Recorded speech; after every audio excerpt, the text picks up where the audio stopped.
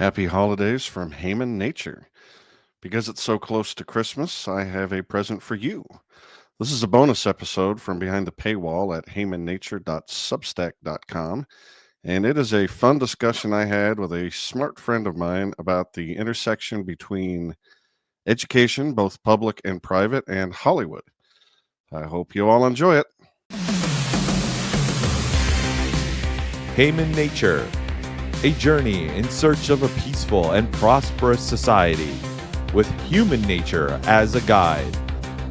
Led by your host, Adam Haman. Hello and welcome to Haman Nature. My guest today is one Charles Melchin. How you doing, Charles? I'm doing good. Thanks for having me on. Oh, it's my pleasure. Charles is a buddy of mine. In fact, when we, the Mises Caucus here in Nevada, took over from the previous regime, who we did not like one bit, it was dear Charles here who led our merry band, organized us, and helped us take over the castle. One of a few co-leads. I don't want to take all the credit. Well, we're throwing it all on you just in case this thing goes sideways. It was all you, my friend. Thanks. So, Charles, I talked to you an awful lot. And the other day, you were telling me just how much I got it wrong over those Oscar reviews I was doing a while back. You know what I realized? I realized that it was a moment of, hey, hero, your fly is down. Oh, nice. Yeah, I know, right? Yeah, meta, bring it back. But yeah, you're like usually on point with everything. Now, I haven't watched all the Best Picture nominees like you have. But at least on this one, I just had the sense that you got it wrong, even though I hadn't seen the Holdovers. And it'd probably been, like you, more than a decade since I'd last seen Dead Poet Society. All right. Well, let's back up, and I'll read into the record what I said. I was talking with Tyrone, and he asked me what I thought of the Holdovers, and I believe I said something flippant like, "It was okay. But I liked it a whole lot better the first two times I saw it, when it was The Breakfast Club and Dead Poet Society." Pause for laugh, move on. And what's wrong about that? What objection could you have to such deep analysis? And you made it clear that it was more Dead Poets than Breakfast Club, right? Breakfast Club is kind of a second, like not quite as similar. That seemed to be your original assessment. Well, let me clarify. And then we can put Breakfast Club aside. Yeah. After you told me you thought I had it wrong, I went back and rewatched both Breakfast Club and Dead Poets. Yes. And you know how in Full Metal Jacket, it's pretty clear it's two separate movies. You know, you got the boot camp bit, and then they move on to Vietnam, and it's a completely different thing going on. There's a little bit of that in Holdovers, where I thought there was just, that moment where it's the 5 kids, I think it is, alone in the infirmary, and they're trying to relate to themselves and their weird past. They're thrown together. They're in different cliques. Yep. That's what seemed very Breakfast Clubby to me. Okay. And then the rest of it, the overarching thing reminded me of Dead Poets, but of course there are huge differences. Right. I mean, in terms of setting, extremely similar. There's 11 years apart, and essentially they could be in the same neighborhood, right? Yeah. Super prestigious boys preparatory academies, essentially. And but I feel like largely that's where the similarities end. There's maybe a couple times where they cross paths, but so I guess for me, does your original assessment hold up? All right. Well, let me start with Breakfast Club to finally get it out of the way. I was surprised, but that one really held up. And I hadn't seen Breakfast Club before, and I enjoyed it. It was good. Certainly because I watched it right after Dead Poet Society, and like, spoiler, I'm not a fan. I recently learned, like, if you'd asked me 2 weeks ago, is Dead Poet Society a good movie? I'd be like, yeah, of course it is. It's a great movie. And then I went and rewatched it, and I'm like, no, it's actually a terrible movie. So right after that, I'm like expecting Breakfast Club to be bad, and it was good. I enjoyed it. It holds up really well. I like the way that the 5 characters are done, even though the teacher's sort of cartoonish in a way. Like, there's definitely small little moments where the director gives that actor a moment to be like, okay, he's actually human, and he's questioning himself. He's like, is this actually the right thing that I'm doing to this this Judd Nelson character?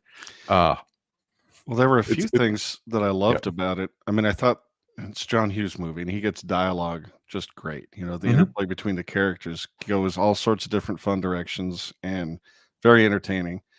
And I agree with you. They made whatever the teacher, the overseer, they made him cartoonish, but I thought that was kind of cool because when you're that age, that's exactly how you see all adults, right? Yes. And we started to have a discussion about like the quote, and like maybe John Hughes is like really doing some multiple layer things with it, which I'm not super prepared to do that. If you wanna go into a deep I'll mention commentary what on you that. talked about because you blew my mind a little bit.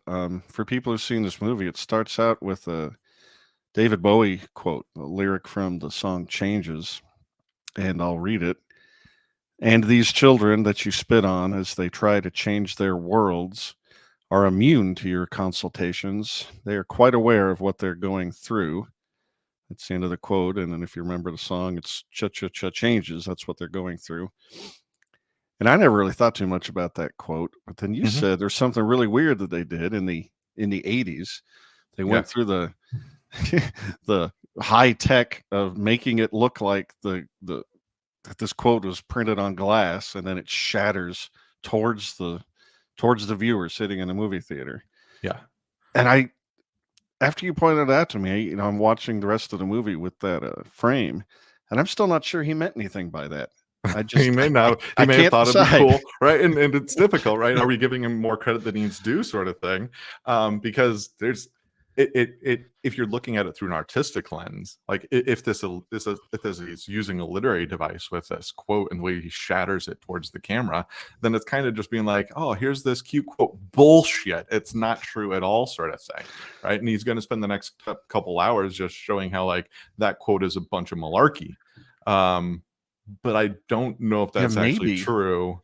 I mean, because he shows the kids, they're obviously going through a bunch of stuff and they're screwed up, you know, because, you know, being a teenager is nothing but changes, you know, over and over and over. Obviously, you don't have anything figured out, but I'm not even sure what the stupid David Bowie lyric is supposed to mean anyway. I don't know. I don't know. It's clearly a very conscious move on his part. For it clearly is. Maybe he was just really stoned and he liked that song. I don't know. Art is weird, my friend. Art is weird. Yeah. All right. So you remembered. You're going to go first. So you remember thinking highly of Dead Poets Society, and then you rewatched it and you thought, "I'm such a fool. I had it all wrong." So what changes did you make in your mind? So especially as I've become more acutely aware of the education, the military, not the military, the education industrial complex, I'll say. And it seems to me that Dead Poet Society is essentially just a teacher masturbation film.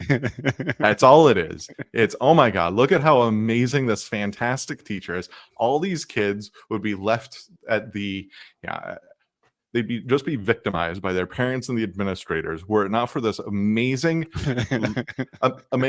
what's the trope, the magical it's magical pixie dream girl, right? He's the teacher embodiment of the magical pixie dream girl. That's it. And he's just standing out there being like, YOLO kids, YOLO, YOLO, except in Latin. So somehow it's prophetic.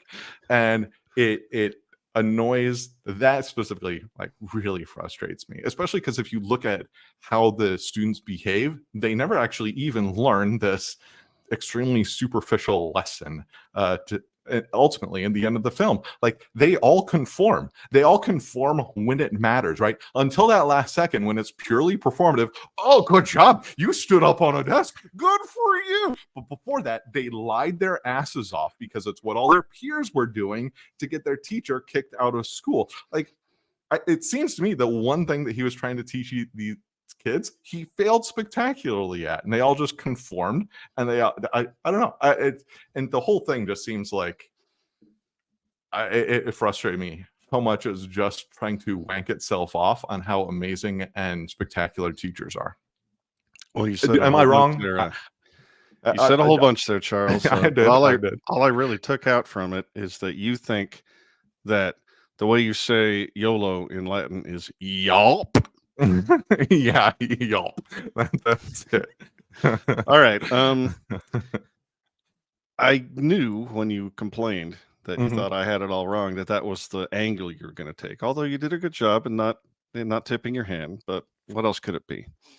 Well, I didn't want to prejudice you going into it. Of course, it would be a mistake. And even though I was looking for it, and I do see what you mean, but I disagree. I think that movie stands up really, really well again. Maybe not as much as The Breakfast Club, but really, really well. And I get your complaint that Keating is just this, fairy, masturbatory, great teacher figure, but I like comic book movies a lot better than you do too. So, so that didn't bother me. I'm going to address a criticism you made privately and then the one you just said. So when we were eating breakfast the other day, you said one of the big reasons you like the Holdovers better is because Paul Giamatti's character has a clear arc. It's a movie in that sense. The character goes through some things. There's conflict resolution, all that stuff. Yeah. And you said that didn't exist in Dead Poets.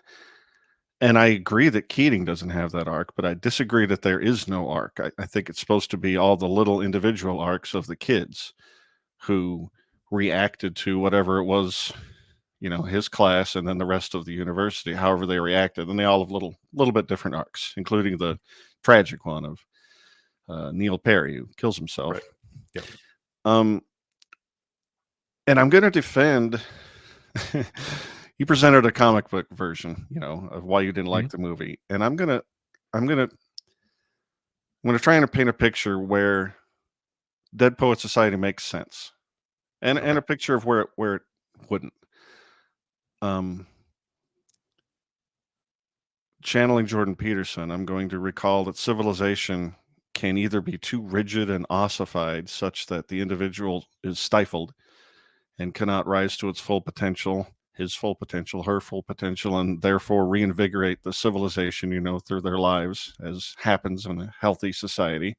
That's one end of the spectrum. Too much order. Yeah. And then the other end is sort of what we're witnessing now, right? Where there's no order whatsoever. And the blue-haired lunatics are abandoning everything about Western civilization such that it might descend into chaos. And so I'm going to argue that the writers and directors of this movie, Dead Poet Society, are stipulating that what these kids and Keating are in is a structure that's too rigid, it's too ossified, and it needs a little fairy dust sprinkled on it. Otherwise, these kids, aren't going to blossom at all. They're just going to be little robots. Right. And you see the kids responding to the teachings in various, ways. Some of them, gobble it right up. Others a little bit. Some not at all. Some to huge detrimental effect, such that they don't know how to operate and they kill themselves. And I don't know. I like the magical pixie fairy teacher, right? Yeah, who imitates Marlon Brando and John Wayne. And I don't care. I just love Robin Williams. I like the movie, right? And I guess Robin Williams seems like he frequently played that magical pixie dream girl character. Not in Good Will Hunting, but Patch Adams is like a quintessential version of and the Fisher King, kind of. I mean, not really, because he was shattered, but but he does have that. He does play that sort of a being. It sort of seems like. Yeah. Good. I mean, what was Mork? I mean, he was from another planet, and he brightened up poor Pandauber's life, or whatever the hell that was.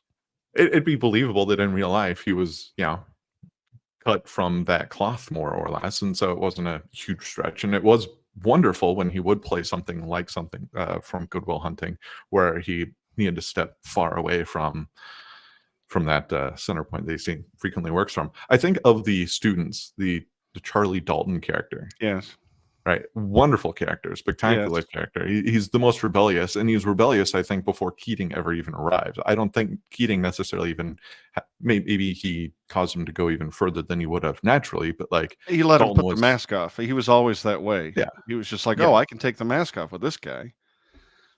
And Dalton was like, yeah, he's the one where, when they're all marching in the courtyard, he's like, yeah, I'm just not going to march because like that's exercising my right to stand, rebellion, sir. Right? Yeah. And everyone else is dutifully marching around. And I think in this context, right? So I think that Keating, it's a pretense of nonconformity, but it's just conforming to a closer authority. That's true. Right, when he's telling them, all right, this textbook is a load of crap. Everybody tear out this chapter. They tear out the entire introduction. Like, you all need to tear out the introduction. And they all tear out the introduction. Even the students who are most averse to this, right? Meeks is like, I'm being told to tear it, so I'm going to tear it out. He's just like, now it's just, okay, I've taken the textbook's lab coat, and now I get to wear the lab coat. And now you are all going to do what I am telling you to do. Which again happens in the courtyard, minus Dalton, because Dalton's super based. You can certainly argue that you can't take children who are stifled and then just throw them in the middle of the ocean and expect them to be full-formed humans. I think you need to be a little pedantic in your trying to get them to be less pedanty. So, trying to get them to think for themselves. It's hard. I guess for me to appreciate Keating, I need to know his motivation. I need to know where he's coming from.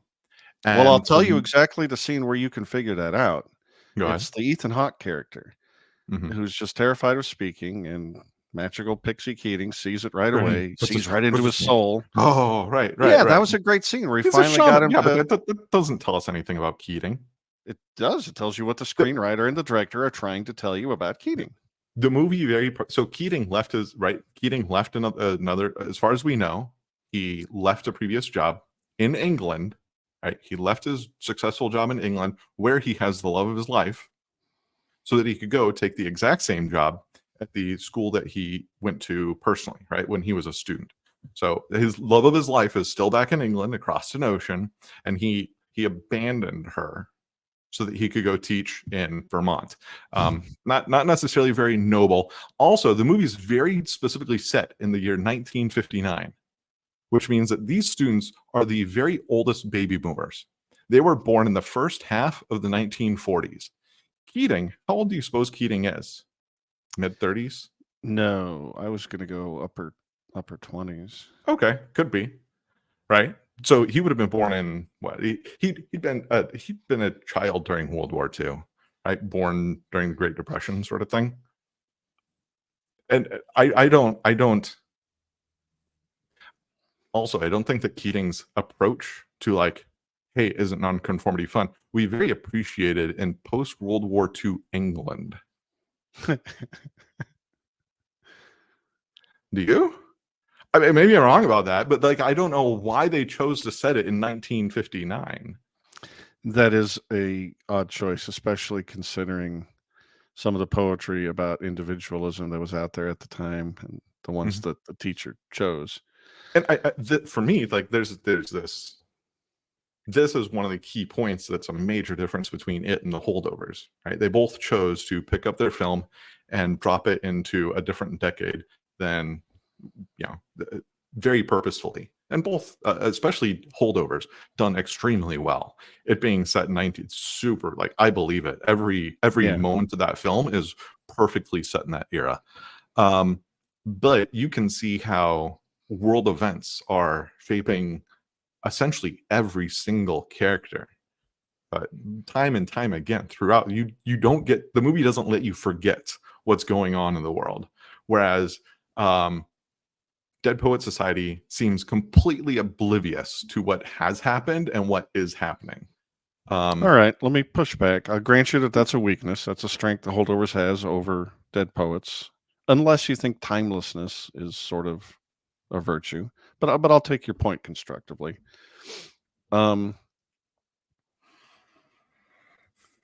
the thing is, I mean, Dead Poet Society is sort of inspiring.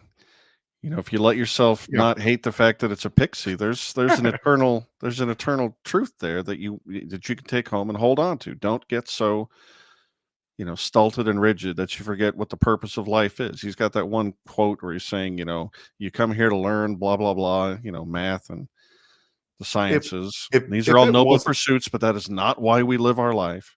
If it wasn't for them standing on their desks in the last 30 seconds of Dead Poet Society, like, what would it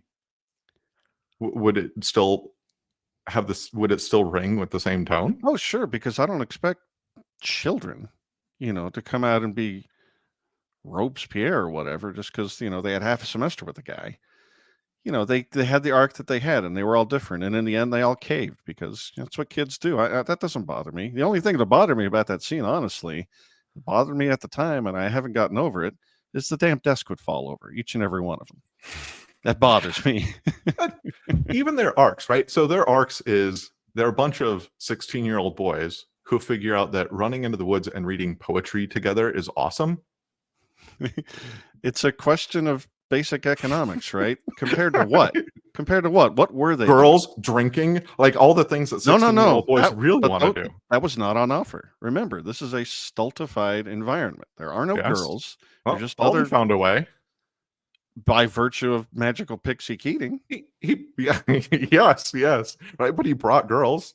And like for him, it was about the girls. Right? This is just an opportunity for girls, and that is one of the reasons he's the most believable character, because he actually acts like a 16-year-old boy, unlike all the others that are just like, oh, reading poetry in the woods. Did you see Dirty Rotten Scoundrels with Michael Caine and Steve Martin? I'm familiar. It's been forever since I've seen it. You remember the female lead, the Jackal? Yeah. She's the real con. She's the real con, but supposedly the heir to the Colgate fortune. She's one of the girls in the cave that Charlie brings. Oh, okay. Yeah, things you pick up when you watch a movie you haven't seen in I don't know how long. Yeah. It's like, oh, I know who that is. No, I'm making the argument that these are kids, and if you again stipulate that the structure is dehumanizing, then what Keating is offering is an improvement in that sphere.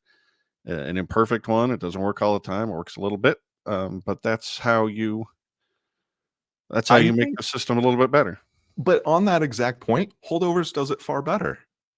I think that it's fairly easy to see Paul Giamatti's character, Paul Hunnam, as almost a Jordan Peterson-like character. He understands the necessity of suffering. He's identifying the overcomfortness that these kids are surrounded by. No. Go ahead. Remember, he has an arc, and it's a good one. He starts out on the villainy side of, I am appreciating Western culture, and these kids are barbarians, and I don't give a damn about them. They're all little monsters, and I'm just putting in my time. I'm going to humiliate them. I'm going to make their lives miserable. He says is Philistines. Philistines, exactly. Yeah. So that's the whole point. I mean, he's the bad professor, and his arc is he humanizes himself. We hope. I mean, one of the things I do like about that movie is the ending's a little questionable. You don't know what he's going to do. Did he spit out the MacGuffin liqueur because it was bad, or did he spit it out because he doesn't want to be a drunk anymore? Does he not want to improve his life? But what isn't ambiguous is the fact that he definitely learned from Angus. Yes, because as far as we know, Paul had never stolen anything in his entire life. But after spending a couple of weeks with Angus, all of a sudden he's getting a 5-finger discount on some cognac from his boss's desk. Well, and the big change, of course, is he made a sacrifice for another person that was devastating because it was the right thing to do. He lied, a conscious sacrifice, knowing that it was an irreversible consequence. Right. Whereas Keating never got to he didn't make any decision. The consequence was thrust upon him without him being able to say anything at all about it. Charles, by definition, magical pixie fairies cannot have a human character arc. They don't make any actual decisions for themselves. The decisions are thrust upon them. That's correct. Yes. That's correct. Well, good for him. But I feel that seeing the arc that Paul goes through is vastly more satisfying, especially since like the protagonist essentially for Dead Poet Society, right? And the big turn is supposed to be the fact that your protagonists just off themselves. It's the end of season 1 of Game of Thrones. You're like, holy crap, right? This is crazy. Like nobody ever does this, right? And spoiler alerts, The Place Beyond the Pines, I believe, right? Where you're like, this character that you've been following, all of a sudden they're gone. But to me, he's kind of a frustrating character. I wish that they'd used Romeo and Juliet as the film that he gets a lead role in, as opposed to Midsummer's Night Dream, because that'd make more sense, since Romeo and Juliet, they only knew each other for like, I don't know, like maybe a couple hours before they're like willing to like die for the other person.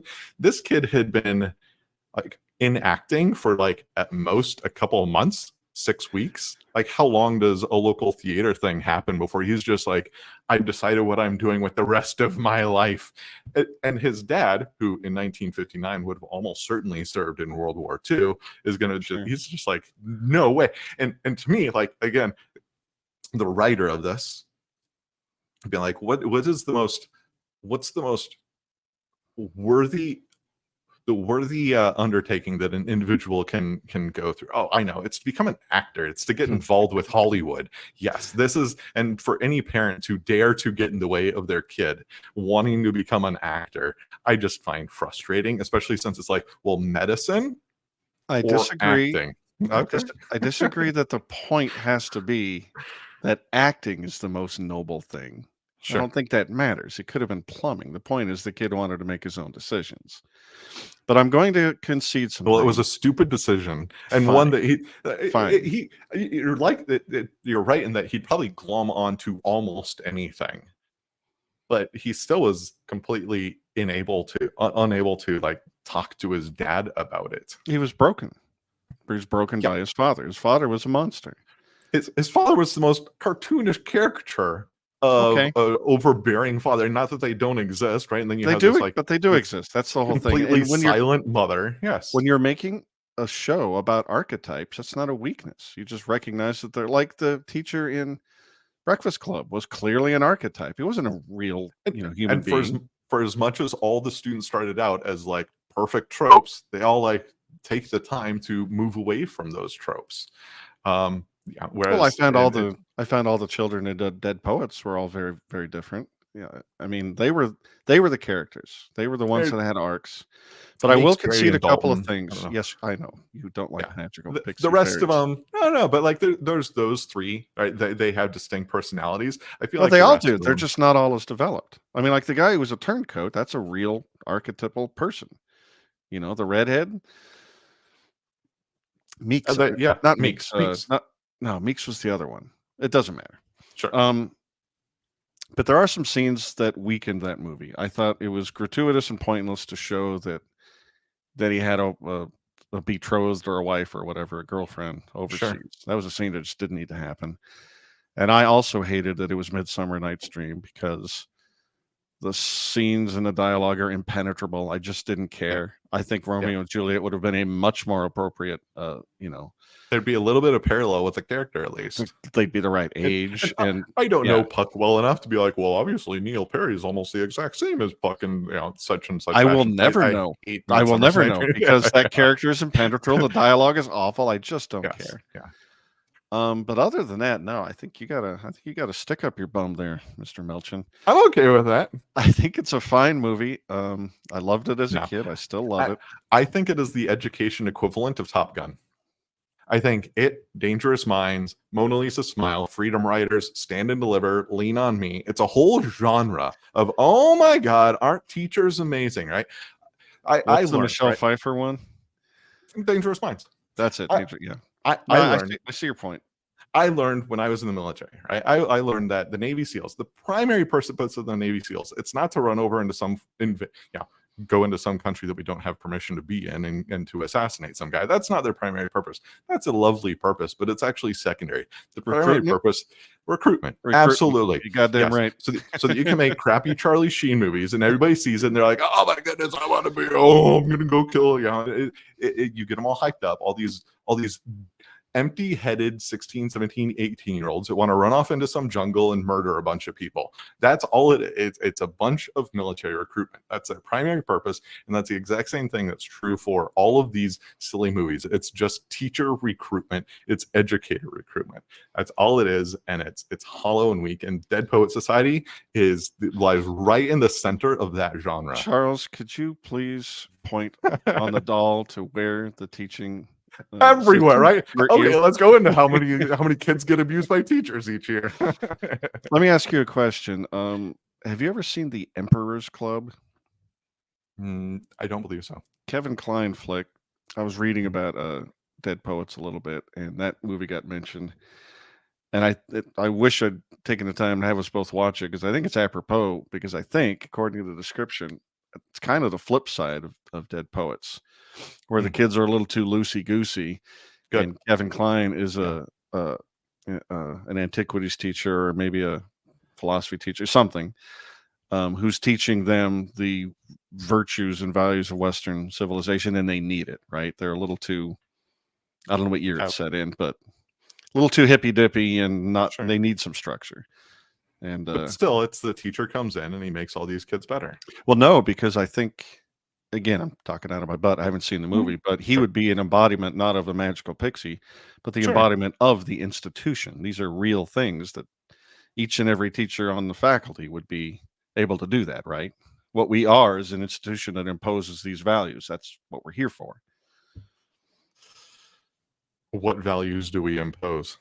So first off, hold on, right? The universe, the chasm that exists between what Mr. Keating is espousing to his students and what is actually imposed on students that are actually sitting in classroom seats, right? They are diametrically opposed to one another. There's zero relationship between what kids actually are trained to do in classrooms and what Keating, it's a cute fantasy, but it doesn't bear any resemblance to reality. He's just a poetry teacher. I mean, an English literature teacher. Yeah, but what he was teaching, and maybe throughout all the other textbooks, all I was teaching was poetry, right? Mm-hmm. Mm-hmm. Well, I had poetry classes in high school. They were pretty similar. We didn't hop on desks and kick soccer balls, but whatever, it was similar. So you don't believe that conformity was part of your education? Was part of education in that classroom? In which classroom? The poetry one that you enjoyed so much, where you actually sat in the seats instead of standing on the desk. Well, no. I mean, I think the plot of the film in Dead Poets is that everywhere else, every other class, they were getting conformity, and he was going to give them a little something different. And those teachers exist. Who? Keating's? Sure. It's an archetype. It's like, do they thrive in modern education? I haven't set foot in modern education in a long time, but it looks like a cesspool to me. Well, what do you think? You live and breathe in modern I stepped in one earlier today. Yeah, and mine is slightly it's slightly askew from what most students have to suffer through. Mine's it's a preferable child prison as opposed to your average child prison for here in the greater reaches of Las Vegas. But yeah, without divulging too much information, you're in a charter school rather than a straight up public school. A lot of it is, most teachers, they need to, especially English and math, there's a specific curriculum that you are to teach from, and deviating from that curriculum too severely will cost you your job. That's less true where I work. It's more true where I don't work. And I understand, right, that everybody hollers about Common Core and they'll show silly math things from Common Core and things like that. The purpose of Common Core is to keep terrible teachers from being as terrible as they would be without this firm guidance, unfortunately, also prevents wonderful teachers. We'll pretend that Keating would have been a wonderful teacher, but it prevents this. It ensures this high degree of teacher conformity that they then need to pass on to student conformity. So no matter, and for the time, I was largely homeschooled growing up, but for the time that I did go to school, I did have at least one teacher who's an economics teacher that I really enjoyed. I remember he let me, later on in life, I realized why this was. He let me bring in a John Stossel episode that I recorded on VHS, where it was like just titled Greed, right? And it's a question of like, is greed actually a bad thing or not? And it was an entire, what was he on, 2020? Yeah. So I taped the entire thing, and he showed it in class, the whole thing, and then we had a little bit of discussion afterwards. And now, having been on the other side of that curtain, I'm like, oh, that, yeah, he love that. He doesn't need to teach during those 44 minutes, of course. But for me, it was great because like even then, as like a little 15-year-old, I was already like, this John Stossel guy is great. I had no idea what I was then, but now I do. So I don't know, like it. That, I guess I don't know if that answers your question. I don't know if you had a question, but Keating would not survive in modern education. The only way you can even pretend that he wouldn't be fired on his third day is if you said it in one of these very peculiar places that a tiny fraction of humans have ever been to, of one of these elite preparatory schools, and be able to pretend that. And I don't know, what would Keating look like if he was actually in a public education classroom? Would he course correct because these kids are just way too? I would hope. I don't know.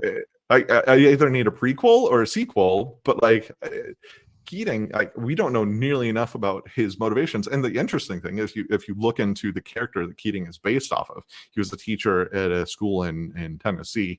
But like, would they ask him like, so what was your grand plan behind your teaching strategy? And he's like, it was almost like an Andy Kaufman thing of like, I don't know, it was just kind of fun. There was no big strategy. It was just interesting. It was great. It was fun. It was way more interesting than like, the curriculum that I was given. So I did that, which I think would have made for a more interesting Keating character than to be like, whoa, he's big brain Keating who has this grand design to it. Like, for as much as you want to believe that he's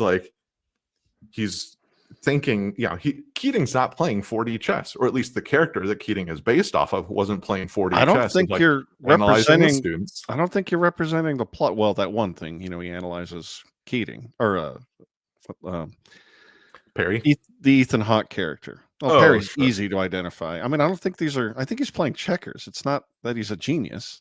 The situation is obvious. The problem is obvious. The solution is they need a little kick in the pants to, I don't know, what does he call it? Suck the marrow out of life? I mean, he's trying to get these kids to want to live.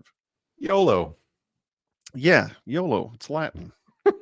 Or YOP is Latin. Right.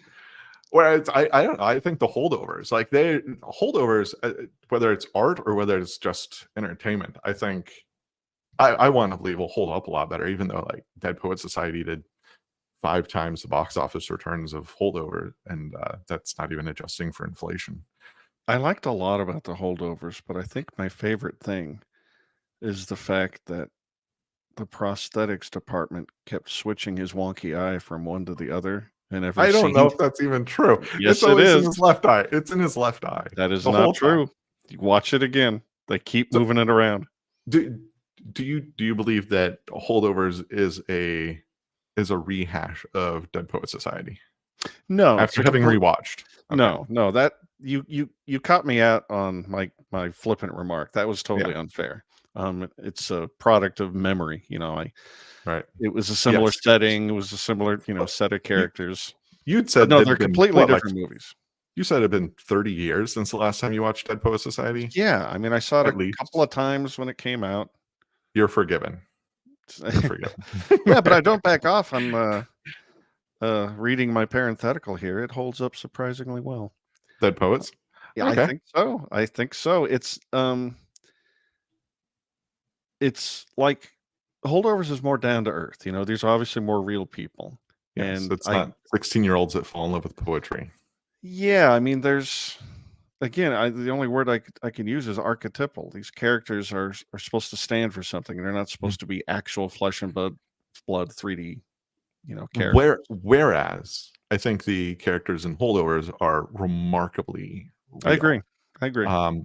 Especially the primary three, right? Yeah. Paul, Agnes, and Mary. Spectacular characters. The way that they're created, the way that they develop. Mary doesn't necessarily develop a lot. She doesn't need to. You wouldn't expect her to, on her own pace. But the many facets they give to her character she doesn't have a whole ton of screen time, but she does such a phenomenal job in being this grieving mother, this she's a sister, a soon-to-be aunt. Like that scene where she goes to her sister's home. She also knows how to be a faculty member, not a faculty, but a staff member at the school really well. Yeah, holding these boys to account. She does a great job of that, but she also understands when to slow it down, and this isn't the time for it, right? When they're leaving the party, and she sort of chides Paul a little bit of dude, lay off him. It's Christmas Eve, and he doesn't need to be hearing that nobody loves him. Yeah, well, again, Paul's character is broken, just hideously broken, and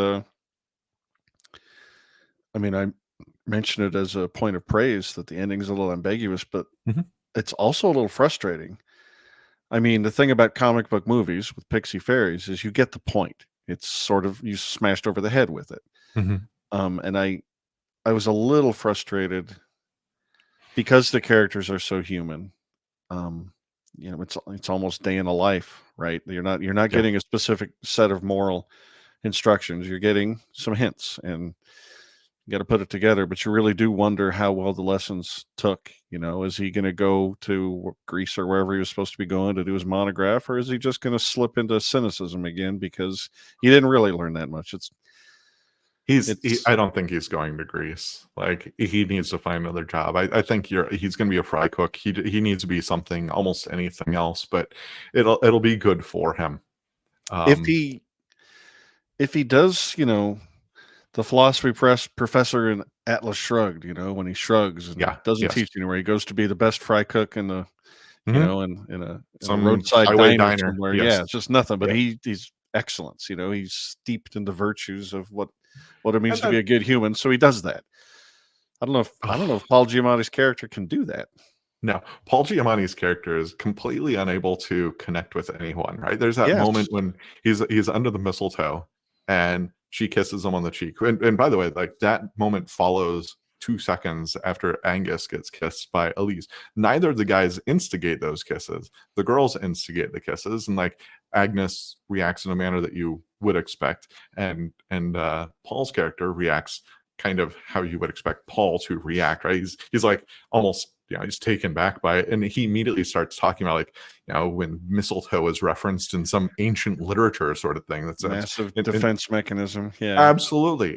The only time it's similar to when he's in the bowling alley and he's talking about the guy who's wearing the Santa Claus costume and how that's not historically accurate to Saint Nicholas sort of thing, and he cannot communicate. He has no ability to communicate with other human beings. He only knows how to be an ancient history professor or teacher.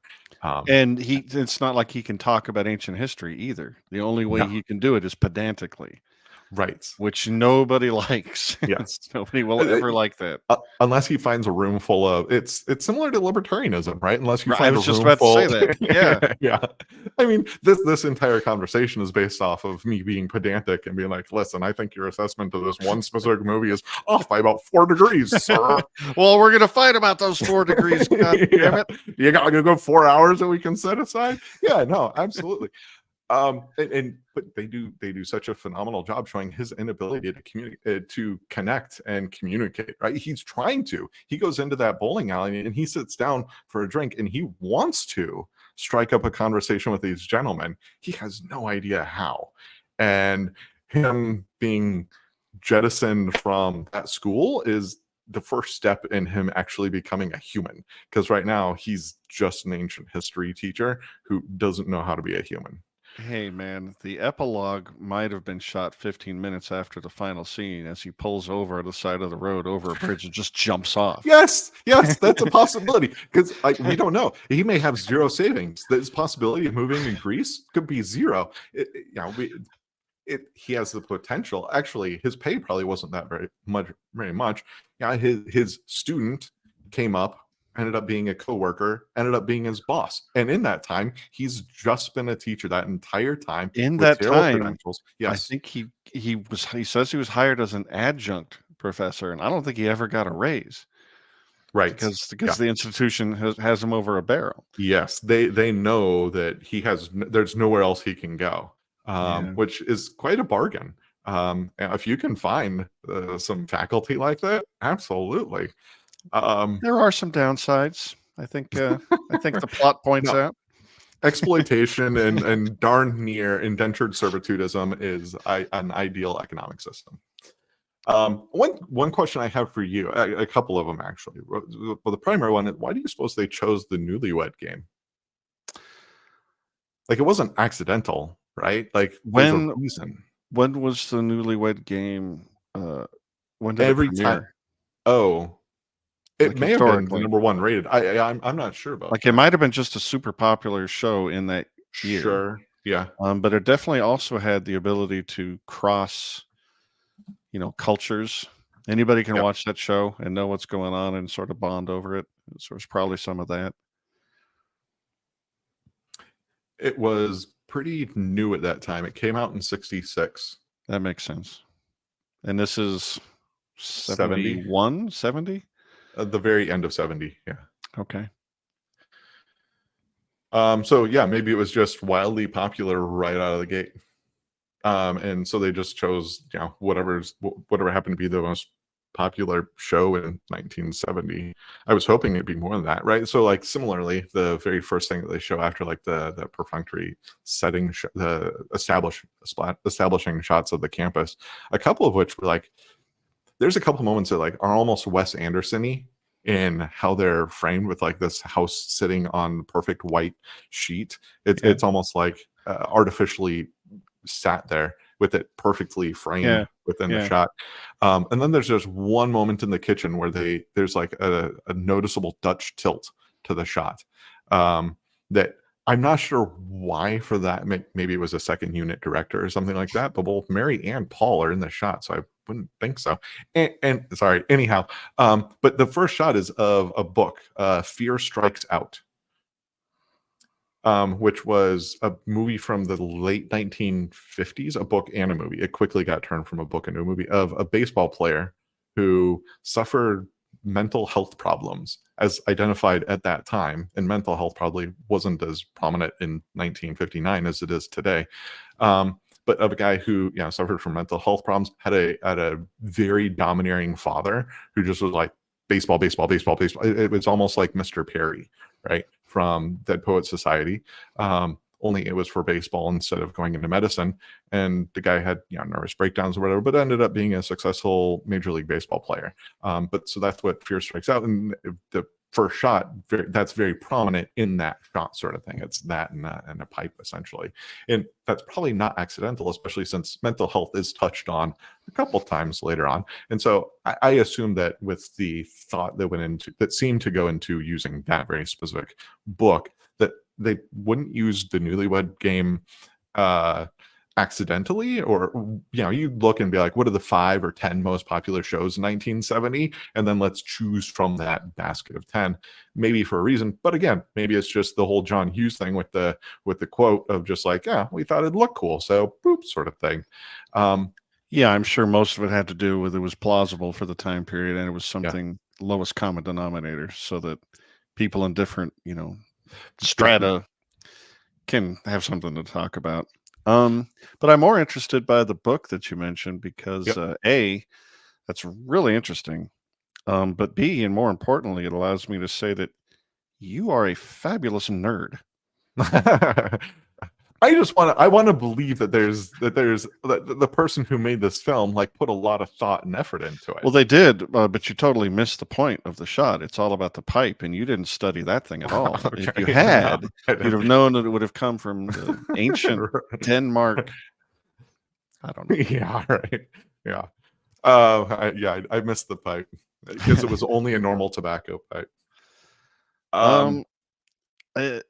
We normally in this show like to take, cultural things and then tie them to something a little broader, philosophical, maybe libertarian. And this is education. So is there anything you want to say about the way things are as opposed to the way things ought to be? That maybe these movies touch on, or maybe they don't.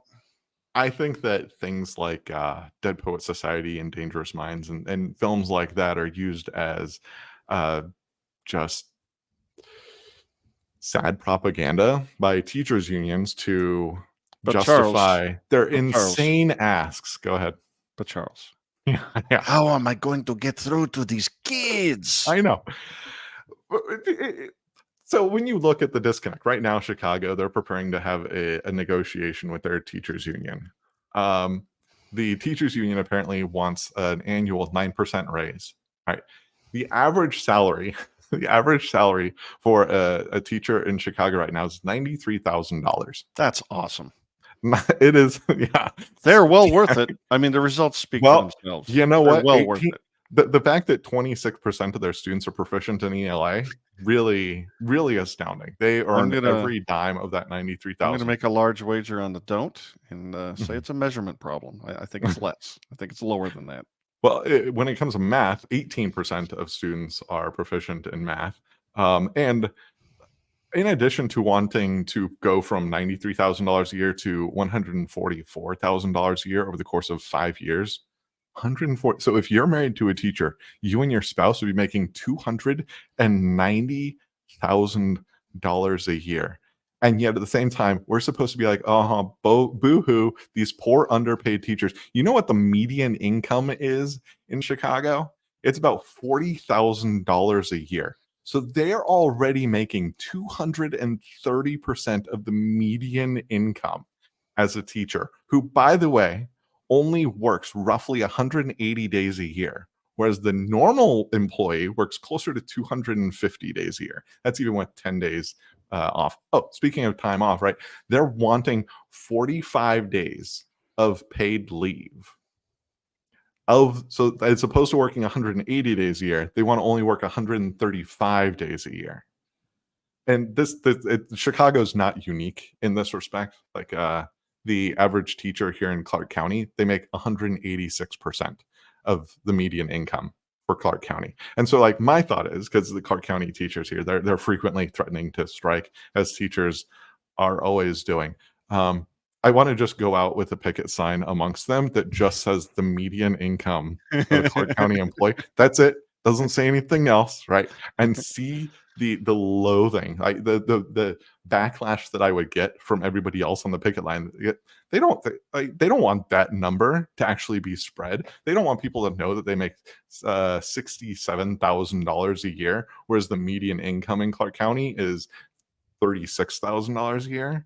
Like, so you're a janitor driving along and you look over and you see a bunch of teachers protesting because they want more money and they're making twice what you're making. You just be like, screw you people, especially since you suck at your job. Maybe if you were good at your job, we'd pay you more. But well, the problems you're describing, a good or service being provided at way too high a cost, yes, and providing that good or service at far too low a quality and or quantity or both, these are all signs of the monopoly provision of said good or service, which is what we have, a government monopoly in education. We need to abolish government involvement in education, and school choice is a perfect first step. I hope we get it here soon. I see. You got it entirely backwards. What we need to do is we need to raise the minimum income to whatever the teacher median salary is. That's what we need to do. Right? Then we don't have to worry about it. If I was as smart as you, I could run for governor. You could win on that platform, my friend. You could win. $20 an hour, that's nothing, man. We need to make the median. We need to make the minimum wage $93,000 a year. That's what the minimum wage should be. That's what I hear. Although, like, the frustrating thing is someone working at Subway is providing more value to society. Even if you provide zero value, that's more value to society than a teacher. Teachers are exercising value destruction, right? They're occupying 18,000 hours of every kid's life between kindergarten through 12th grade. And those kids come out of school like not even qualified to make a Subway sandwich. They need to be possibly demoralized so bad that they want to kill themselves, or so hopeless for the future that they just don't want to try anything. They are very good at conforming, as you recently pointed out in one of your podcasts. That is teachers doing their jobs extremely well. Has nothing to do with ELA, has nothing to do with math, has everything to do with conforming. And they do it oh so well, but Hollywood would have us believe that it's the other way around. Yeah, that's a good point. What is 15 times 4? And you yep, exactly. An article you propping up Dead Poets Society isn't helping the cause. It's not Dangerous Minds. It's better than that. You stop it. You get off my beloved magical pixie Keating Robin Williams. Yeah, right. Bad man, you. All right. Well, this has been great, Charles. I'm going to wind this down, but is there anything else you want to? Any other tomatoes you want to throw at my face before we wind it down? No. All right. Well, the article we're talking about something to do with Hollywood, and then there was one called 15 times 4. You can find those both at hamannature.substack.com, and also just check out the YouTube episodes of Haman Nature Show that you can find on this here very channel. Thank you so much, Charles, for talking to me about this subject where I got everything wrong and you had to take me to task. And thank you, everybody, for watching.